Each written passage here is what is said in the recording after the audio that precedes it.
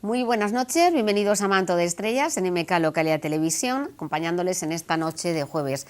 Una noche en la cual nos van a acompañar de la rondalla El Raconet, van a ofrecer una próxima actuación aquí en nuestra ciudad y van a estar con nosotros para hablarnos de esta actuación y también de los proyectos que tienen.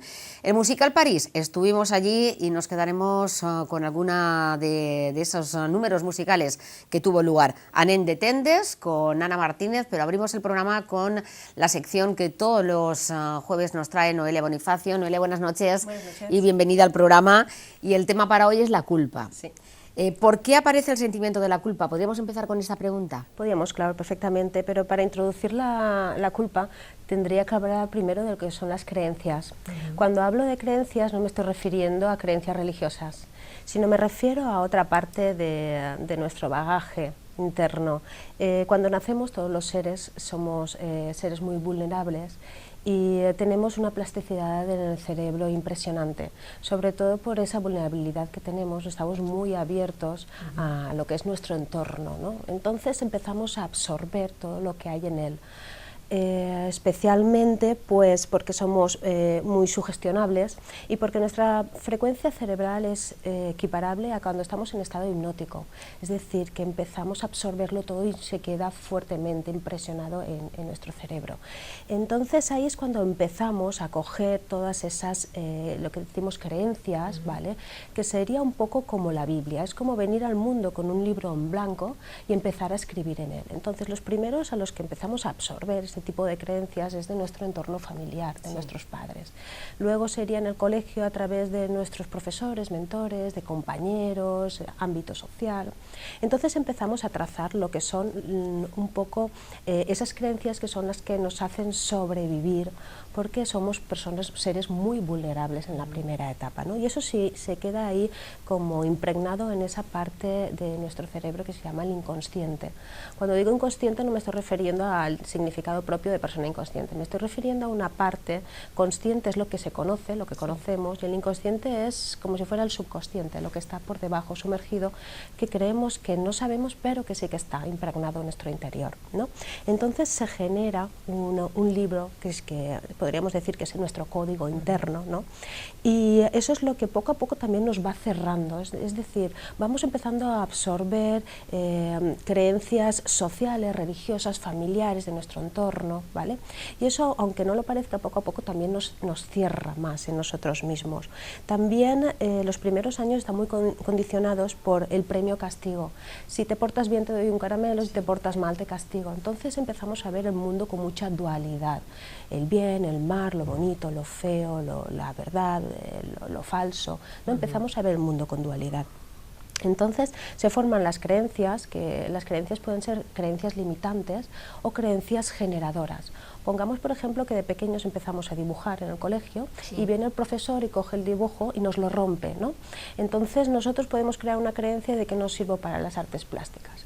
Pongamos que con los años, pasen los años que pasen, porque para la mente no existe el tiempo, nos encontremos en una situación en la que nos propongan un dibujo y nosotros automáticamente digamos, mira, no, yo es que no sé dibujar, porque ya tenemos en nuestro código el que las artes plásticas o los dibujos no forman parte de nuestra esencia, cuando realmente quizás si tuviésemos ahí una creencia generadora que sería, por ejemplo, con los retos yo voy creciendo, pues a lo mejor si tienes esa creencia, eso sí que es una creencia generadora y te puede permitir no, mira, trae que voy a dibujarlo, lo haga bien o mal, eso me permite crecer.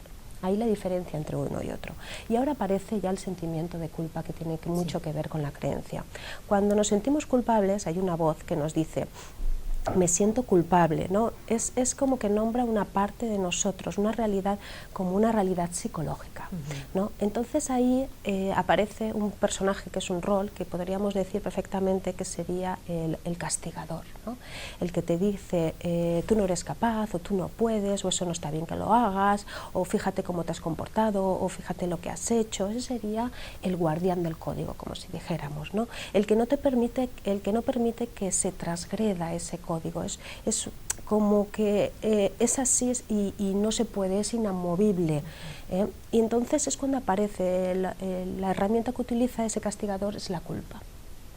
La suerte que tenemos es que esa creencia se puede cambiar perfectamente, la podemos convertir en una creencia generadora, ¿no?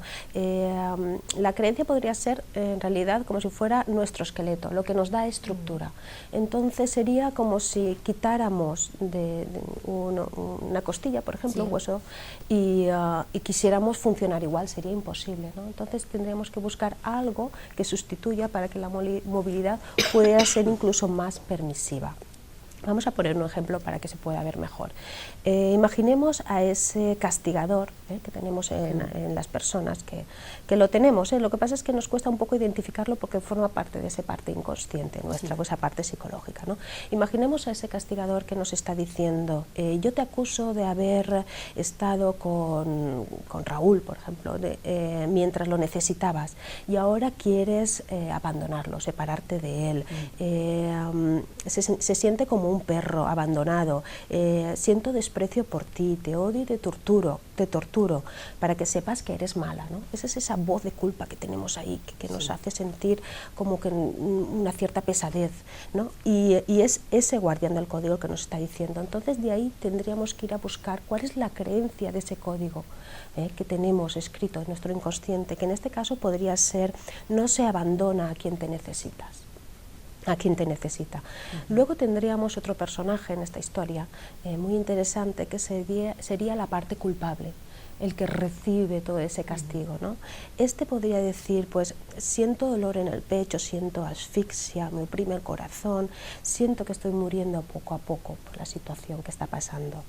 Aquí hay personas que igual dicen, pues mira, voy a seguir la situación en la que estoy porque es la mejor manera de apaciguar esa voz castigadora que tengo dentro, con lo cual pongamos que esta persona continúa con la misma situación. Entonces esa voz, ese castigador, callaría durante un tiempo. La cuestión es que no estás atendiendo realmente a esa parte intrínseca de ti que te está llamando a gritos que actúes, ¿no? Que lleves en práctica la acción. Entonces volvería a aparecer ese sentimiento de asfixia, de dolor, de muerte poco a poco, y volvería a aparecer ese personaje castigador que te estaría diciendo que estás transgrediendo ese código, ¿no? Lo que pasa es que cuanto más lo anulas y más veces va apareciendo esto más cíclicamente, pues cada vez es más doloroso y más grande, se va produciendo en el tiempo.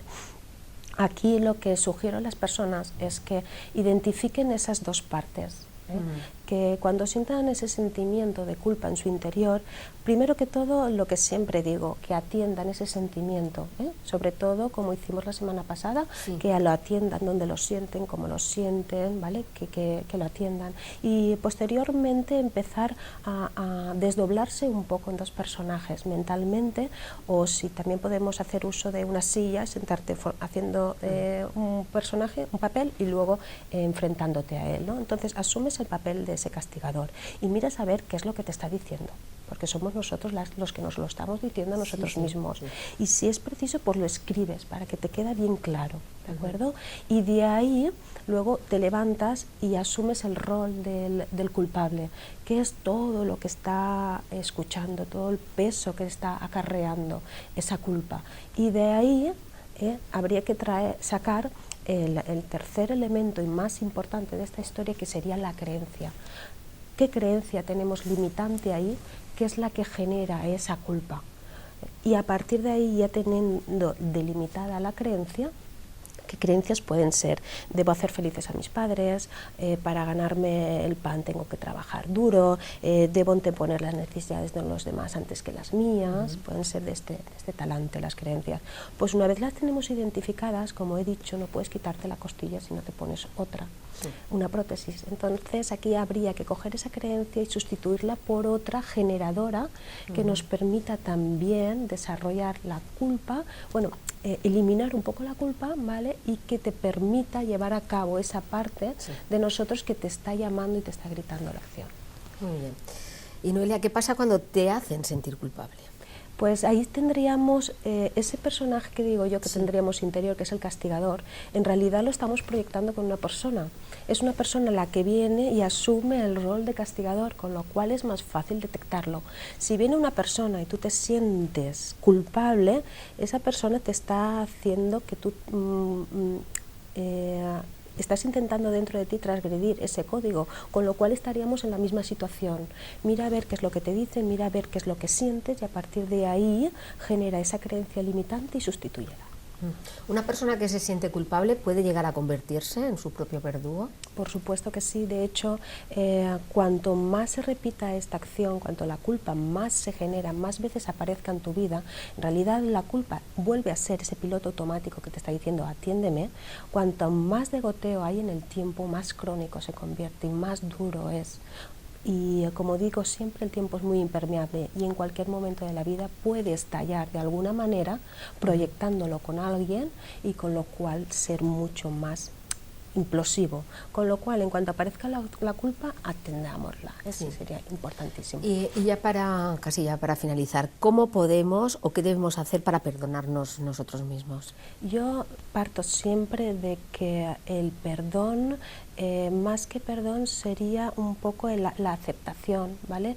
El ser autocompasivos con nosotros. Sencillamente permitirnos que vivimos en un mundo, que nuestra vida es una experiencia y venimos aquí a vivir experiencias, a interactuar entre nosotros y a sacar siempre un para qué de todas las situaciones y saber que si han aparecido es porque son llamamientos, son exámenes, son pruebas que tenemos que superar y con lo cual siempre hay una parte positiva que podemos sacar de todo ello, aprovecharlo y utilizarlo en nuestro bien.